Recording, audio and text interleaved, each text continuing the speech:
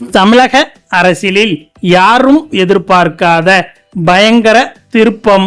ஆட்சி அமைக்க ஆளுநரை இணைந்து வந்து சந்தித்த ஸ்டாலின் மற்றும் எடப்பாடி.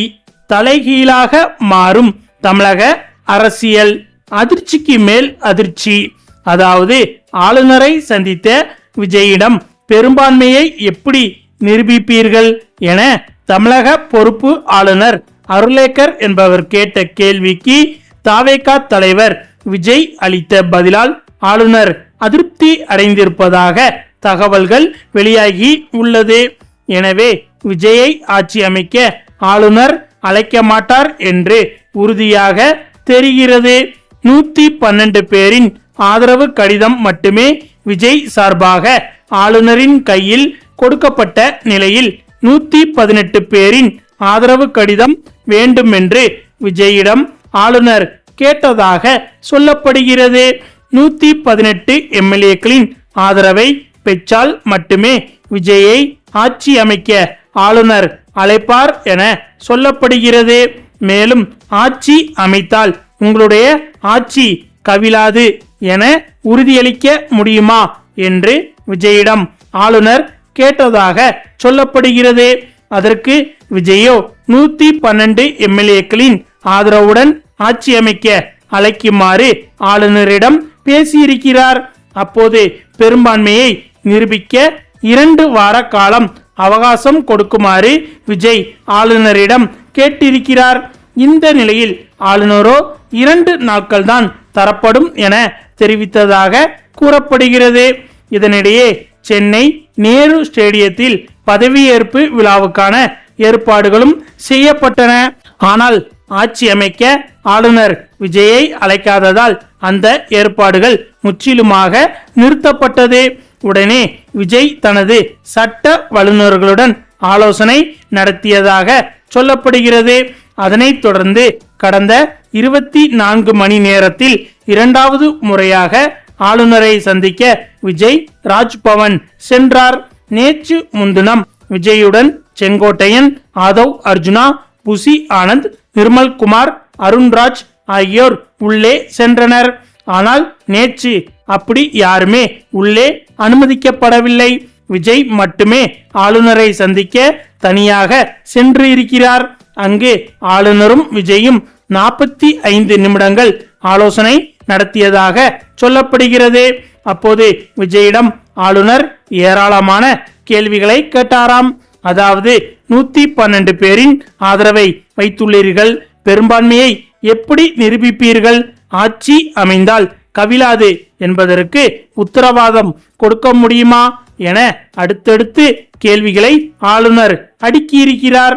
அதற்கு விஜயோ 112 பேரின் கடிதங்கள் மட்டுமே உள்ளன என்றும், மேலும் இடதுசாரிகளுக்கும் விசிகாவுக்கும் நாங்கள் ஆதரவு கேட்டு கடிதம் அனுப்பியிருக்கிறோம் என்றும், அங்கிருந்து 6 பேர் நிச்சயம் ஆதரவு அளிப்பார்கள் என்று விஜய் கூறியிருக்கிறார்.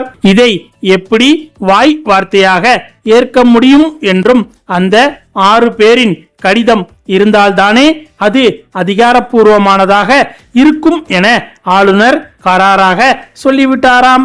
கேள்விகளுக்கு விஜய் அளித்த பதிலால் ஆளுநர் திருப்தி அடையவில்லை எனவும் சொல்லப்படுகிறது.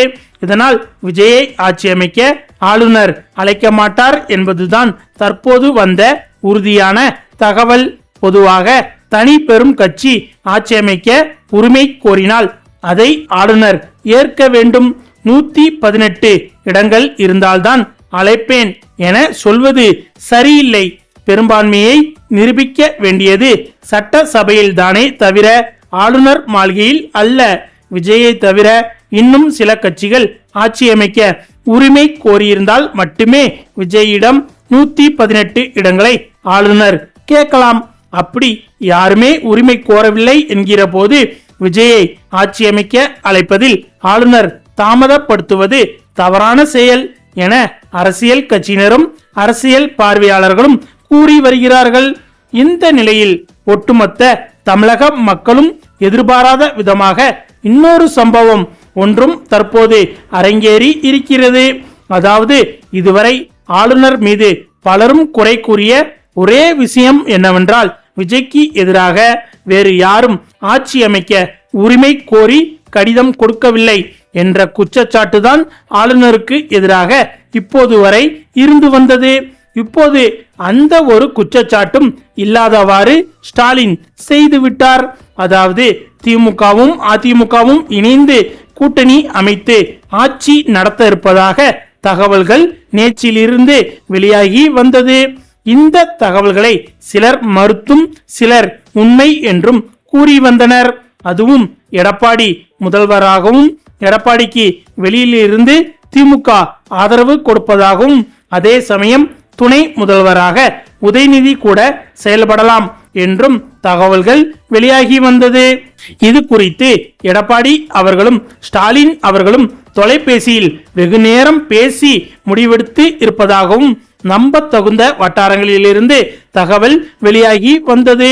ஆனால் அப்போதும் கூட இந்த தகவல்களை ஒரு சிலர் நம்ப மறுத்தனர். இந்த நிலையில்தான் அப்படிப்பட்ட ஒரு தகவல் தற்போது உண்மையாக நடந்துள்ளது. அதாவது ஆளுநர் எதிர்பார்த்தது போலவே ஆட்சி அமைக்க எங்களுக்கு பெரும்பான்மை இருப்பதாக கூறி ஸ்டாலினும் எடப்பாடியும் இணைந்து ஆட்சி அமைக்க கோரி கடிதம் ஒன்றை ஆளுநரை சந்தித்து கொடுக்க இருப்பதாக தகவல்கள் வெளியாகி இருக்கிறது.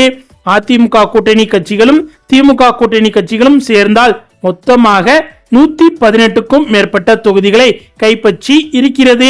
ஆட்சி அமைக்க 118 தொகுதிகள் தேவைப்படும் நிலையில் 118 தொகுதிகளுக்கு மேலாகவே திமுக அதிமுக கூட்டணி கையில் இருக்கிறது என்பது குறிப்பிடத்தக்கது.